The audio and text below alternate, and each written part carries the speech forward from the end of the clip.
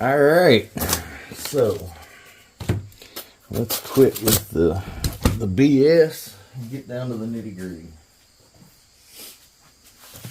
So I'm going to be completely honest about this, no matter what. I'm not going to sugarcoat any of it. And the first thing I'm going to say is that looking at, and I've already told my boy this, but when you're dealing with CO2, you're asking for trouble to start with. So we're going into that, me telling everybody this is a bad idea to start with. Now, I didn't realize this at the time, but this has the Stirling chamber as well, the ASA that's been drilled or not drilled but machined. So hopefully that's not the problem, because I'm certainly not going to be replacing that with one of those. Now here's the thing, and I'm gonna be perfectly honest, because the rest of these jack-offs aren't. And the thing of it is, these do give a lot of power. They do. I've never messed with one. I've never personally had one. I base my opinions of its reliability off of others.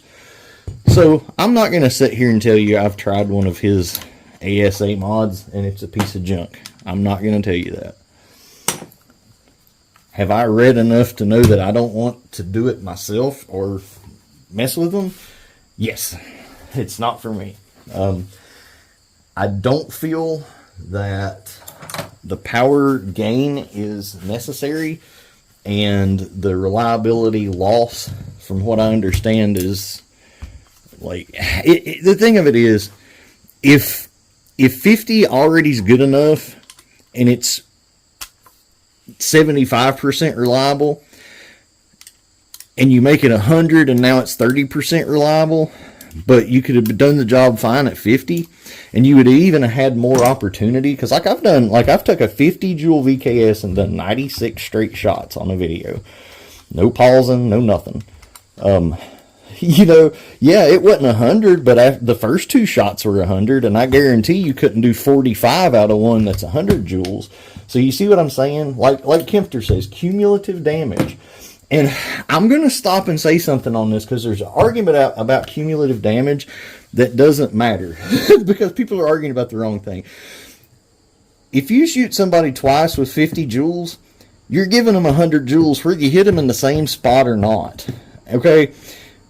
And whether you hit twice in the same spot or here and here, it's still going to hurt. It's not necessarily going to hurt more to hit them twice in the same spot immediately, because your body's response to pain is the pain and the numbness from the pain, right?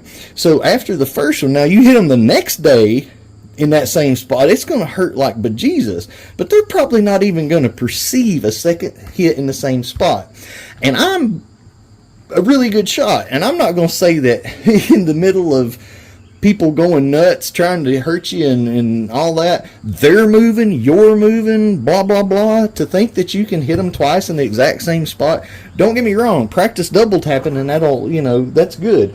You want to double tap, but double tapping's not guaranteeing you hit them in the same spot. It's just making sure you hit them twice before they move.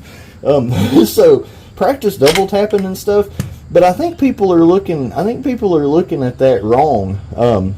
50 plus 50 is still 100, whether you hit in the same spot or not. Okay, cumulative damage. So anyway, all right. So I'm gonna take this thing apart. So he's got a factory barrel, spring. It's a good spring. And by the way, Henry was showing the barrel with the piece broke. I've seen that actually happen one other time on a VKS barrel.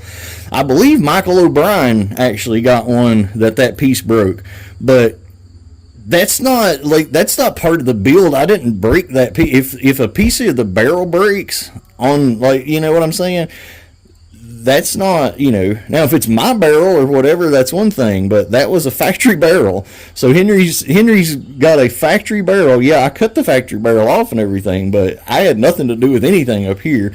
So the piece is broke, okay? And that's my fault. I didn't make that barrel. Now, if it was a power barrel, I still didn't make it, but I would take responsibility because they're made for us. But VKS factory barrels, I have nothing to do with their quality. Absolutely nothing. So, and also have nothing to do with how bad a customer beats something up after they buy it. Again, I'm not even conceding that that's my VKS till I see more info. But to show one and to show that it's beat up and blame me for it just shows how hard that somebody is reaching to cast blame. Would you actually try to blame somebody for how bad something's beat up when it was shown on video before ship? If it was one of mine, it was shown on video before it was shipped. As to, actually, you know what? I don't even need to do that yet. I'm getting ahead of myself. I'm trying to color the thing and everything already. So, yeah. I got on my little soapbox.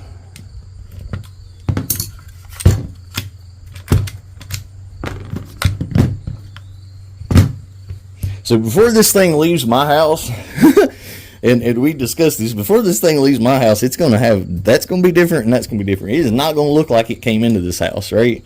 Now, also, to be very clear on something, I did not, this came from Pepperball, then went to another builder, and then came to me. So this is not my build. I'm fixing this build. This is not something I'm going to do on the regular. This is something that, why did I change it? This is something that we decided to do us a favor for someone who was, oh, that ain't good. That's the one he told me about. Okay, yeah. I've got to get, he was telling me that this one was stripped off. So I'm actually going to have to remove that before I proceed with anything. So just to show you before I've even touched it, that's what we're, wow, okay. And my understanding is that the customer maybe did this. I don't know. He can chime in. He follows me and everything, so he can chime in. I don't know if this was like this from PSI or if he did this trying to work on it.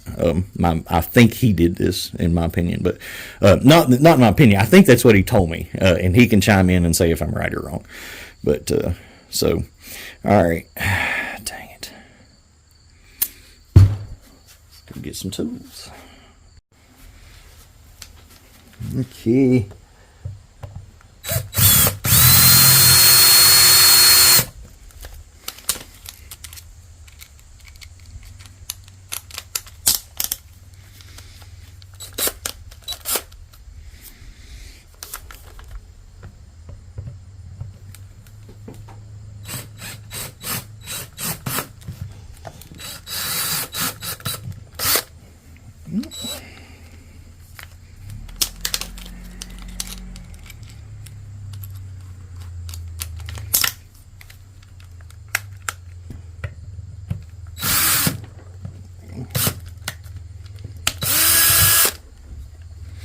All right, mission 1 accomplished. All right, so that out.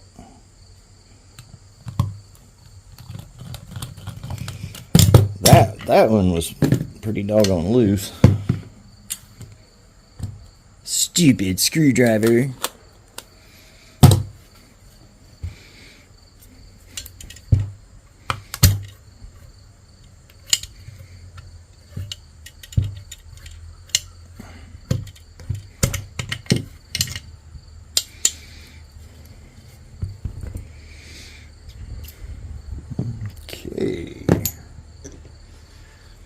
Now, my understanding is the customer secured his pin himself.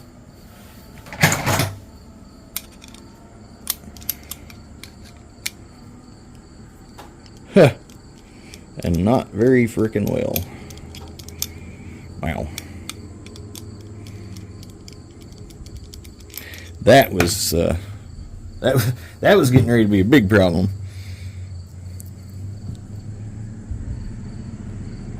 Alright, so, holy crap. Here's another problem. Alright, so I can tell by looking at this that he's used CO2. See how yellow that is? Alright. So, what happens when you use CO2, you're freezing your O-rings and making them brittle. So, there's problem one. The mill sig looks really good, but you can't tell by looking, but that's about the cleanest look. Of course, the customer said he just put a new mill sig in it too. I'm not sure if he tried to shoot it after, or I'm not sure if if it shot after he put the mill sig in it or not. I believe he said he put the mill sig in it and then tried it and it still didn't work, which I'm sure he would have seen that if it was off, but that could have chipped off on the way out. But if it chipped off on the way out, then it had already failed. It just hadn't, come in pieces, but it was already failed. So, all right. So I got to secure his pin, which we all know how we're gonna do that. Wixon gave me some stuff. I'm gonna use as much Wixon stuff on this thing as I can. So this is gonna be as much of a Wixon build as we can do. I'm going to check with Wixon on his O-rings and see which one's going to handle, because the customer has already he has no option. He's using CO2. Now that's against my judgment, but that's his business. So I feel like this will using CO2, it's not going to last that long, and he does understand the principles of taking time between shots and stuff like that. That's very important. And he is using the 212 gram CO2, so he's not going to get many shots out of it, and it's not like a 88 gram or whatever. I honestly worry more about short stroking being a problem with that, because you're going to run out of power really quick with those, especially wintertime coming up. I still suggest buy a tank, get even a hand pump, but CO2 especially. Here's the thing. Okay, here's my plea, and I'm going to end this part of the video with this. But here's my plea to anybody that says they have to use the CO2 or whatever. If you're shooting enough to where that it's going to be that big of a burden to pump up a tank once in a while, then you're definitely shooting too much to use CO2 reliably. So, because it's opposite. CO2 should be like if you're a cop or something and you've got a thing in your trunk and don't want to mess with air, you've got a 88 gram or whatever for emergencies. It's cut down so it's not freezing everything, and it's just emergency air supply, right? But instead of that, people try to use CO2 for primary air supply or for a power increaser, because you get quite a bit of PSIs out of CO2. Well, when you do that, all right, if you're using CO2 for more power, you've already got this thing turned up. Well, people will say, and people will argue, well, like a patrol carbine, they make the CO2 version, but yet we'll tell people that if you use CO2 on one, you're asking for trouble. Well, what people are failing to think about is when they're using CO2 on them, they're shooting them at like 15 joules. If you keep them at 15 joules, you can shoot them with CO2. But nobody's doing that. They're cranking them up from 50 to 100 and putting CO2 on them. And now you're getting a big chunk of that bottle going through at one time.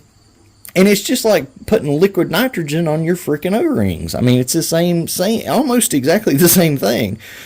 So think about it. If you were spraying shots, you all watch movies. If you were spraying shots of liquid nitrogen on your rubber O-rings while something's 100 joules, do you think they'll last? No. So there's the thing. So I do suggest anyone, and I even, like, sometimes I do some builds that look just really sick to put a CO2 tank on the back of them. And I worry every time I show a picture like that, and I try to say something about it, because I don't want to lead people astray. So if you've ever seen me show something off with CO2, it's just for fun. It's not the way I run it. If I've got air choice, I use air. And I will build this. Then here's the thing. And there's not really, other than, and me and Wixon have been talking a little bit about some stuff, and we might implement this on this one if I have time. But you know, there's a couple of little safeguards maybe but nobody's doing it for CO2, but we'll address that in the next video. I'm going to try my best to make this one as safe as I can because he's already said that's the way he has to do it. I still implore him to try to find another way. As they say in all the DC movies, there's always another way. All right. Hey, by the way, I'm DK Spencer. Like, subscribe so you can see what the heck else I do with this thing. So, and I got to hear back from him, but one thing, you know, get rid of this Delta ring, put a free float handguard on it. We can go short, we can go long. I've got barrels, whatever. That's going, that's going. I've never even looked at this.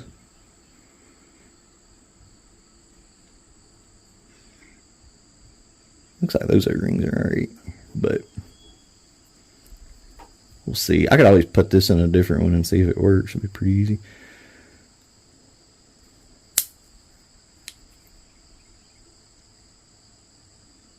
Of course, what if I break mine if I do? No, I don't think I can do that. I am going to say something about this. And this is just because I'm an honest person. And I know that the people who built this and made this, or tooled this, Pepperball made this, but or who modified this, would not give me the same decency because they seize on things that aren't even things. So I'm going to high road this one for everybody else listening, just to not mislead somebody, because I want people to understand how stuff really works. Inside this thing, you've got a couple of O-rings, okay? Sterling tooled this. If this is the problem, it is not necessarily anything to do with what Sterling did. Okay? Sterling, unless he did it some weird, stupid way, should not have had anything to do with the O-rings in here. And if this is leaking, those O-rings go bad, and it's not a result of what he did. Okay? Now, using this on your marker, especially in combination with CO2, because then that's even that much more stuff going and hitting your seals, will definitely reduce the reliability and life of your marker.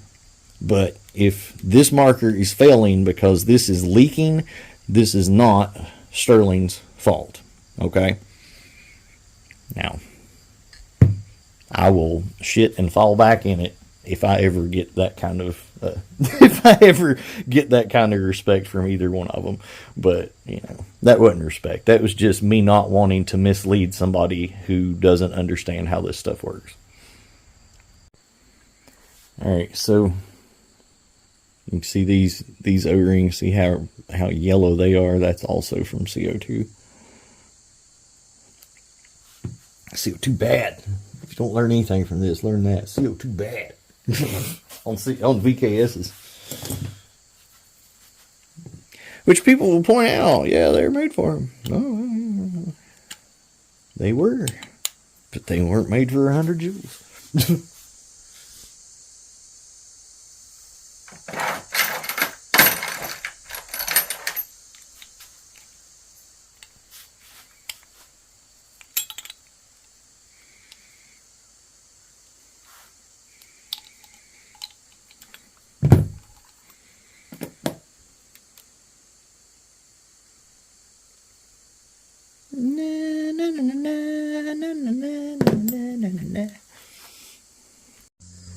Alright, so first things first, we're going to use a Wixon tool here, and this is to center the pins when you're putting them in. So you want to put some red Loctite on here, man.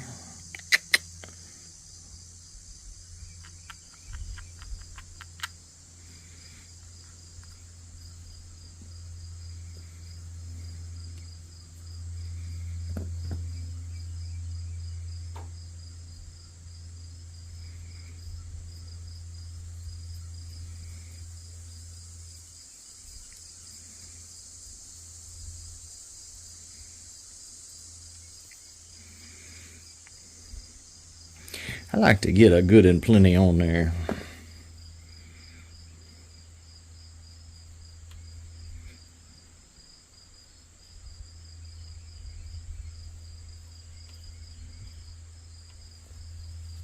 It is like the cement if you do it right. But you definitely want to make sure you get all your oils and stuff off. Clean them off good. Yeah.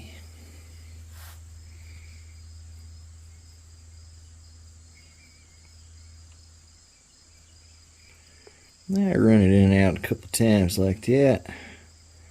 And get the remainder on there like that. And then I'll wipe off the excess.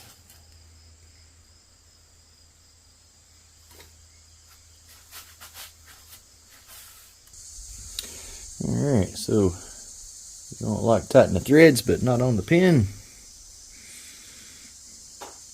And drop her straight down in there. Now, don't use a dinky screwdriver like this. I was just getting it started, and that was the closest one. Use one that fits very good in there, or very well, whichever you want. Alright, take that puppy out. Wipe off any excess there. Put your torque wrench on. Alright, she's torqued. Now, unfortunately, we're dead in the water for 24 hours. So we're gonna let that cure. You can do it like in an hour or whatever. I think it says an hour, but I tell you, you're better off leaving them overnight. You really are.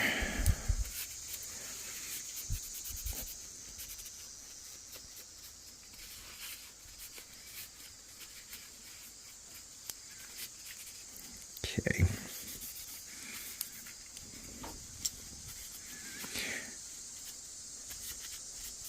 And the question is this thing still good? Time will tell. Alright, so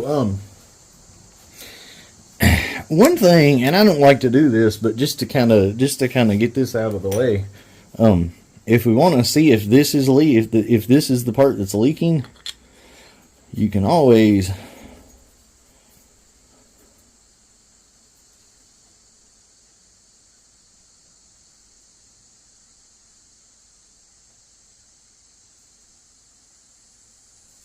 all right.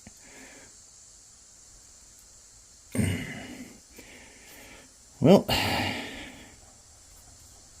yeah, that's engaged, so it's not leaking on that end, and air's supposed to come out on that end, so hopefully the ASA is not going to be the problem. That would be ideal. I think this is going to be pretty easy. Oh, yes, yes. All right, so here we go.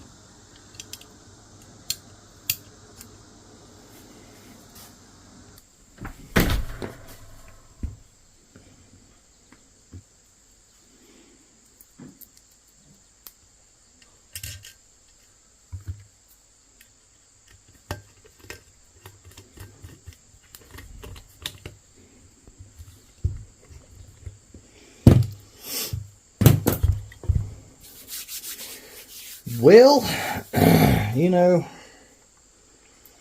technically, we can go ahead and test it. This is me being lazy. I forgot to put the ASA in there before I screwed it down, so it's quick to do that.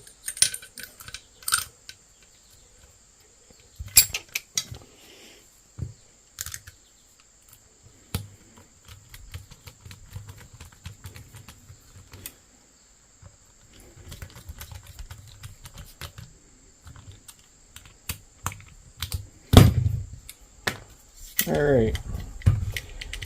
So, yeah, I got 1,000 there. I'm gonna put a little bit more air. We're not gonna shoot it. We're just seeing. Yeah, hold on. Right here.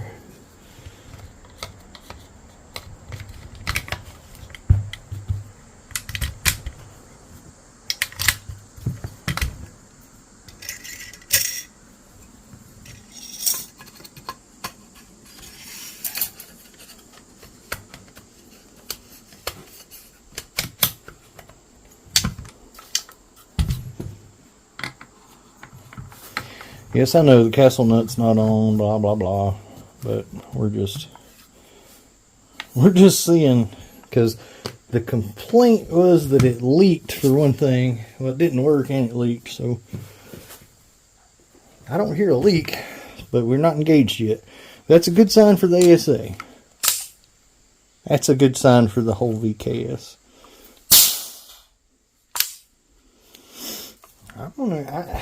We got to test it. I really want to wait until the pin's been in there 24 hours, but pretty sure we're golden on this. Matter of fact, I'd be willing to bet quite a bit of money that it's going to fire. Usually they don't do that if they ain't going to. And I think Harry can tell us if it sounds like it did before he sent it, because my understanding was it was hissing. So there we go. So, two things wrong with it. The O-rings on the heat core, not the mil-sig. The mil-sig's fine. I didn't touch the mil-sig. But the two O-rings on the outside of the heat core, one of those was obviously bad, which could have come apart when I was taking it apart, but I would about guarantee that was where your leak was coming from. One place. Your other place that you probably had a leak from was your pin, but that would have been a very, very fine, like just barely able to hear it, kind of just barely, because it was literally, well, I mean, like, it took no effort whatsoever to turn it, like none. Like it was threaded all the way on, but it was not at all tight, and there was didn't seem like there's anything on it. So that potentially would have had a little bit of a hiss.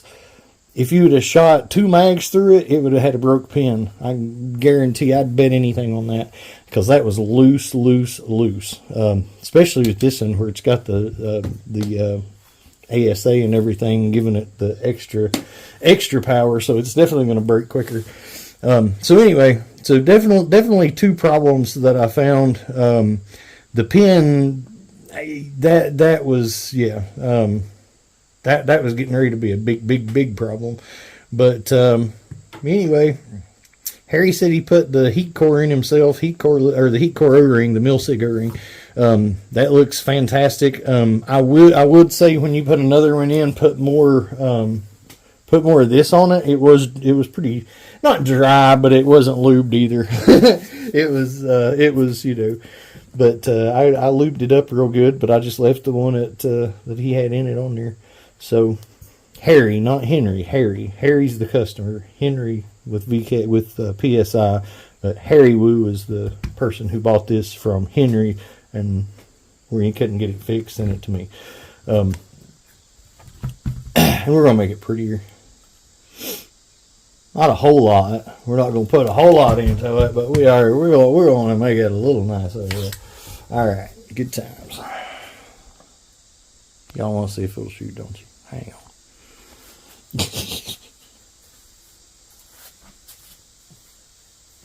No, I'm not gonna. I'm gonna let that. I want to let that sit for 24. I don't want to take a chance on it, because then I'll worry about it, and then I'll turn around and take it back out to put another one in that has set for 24 hours, And it'll take me just that much longer. So, all right, next episode, part 3, we'll do the testing.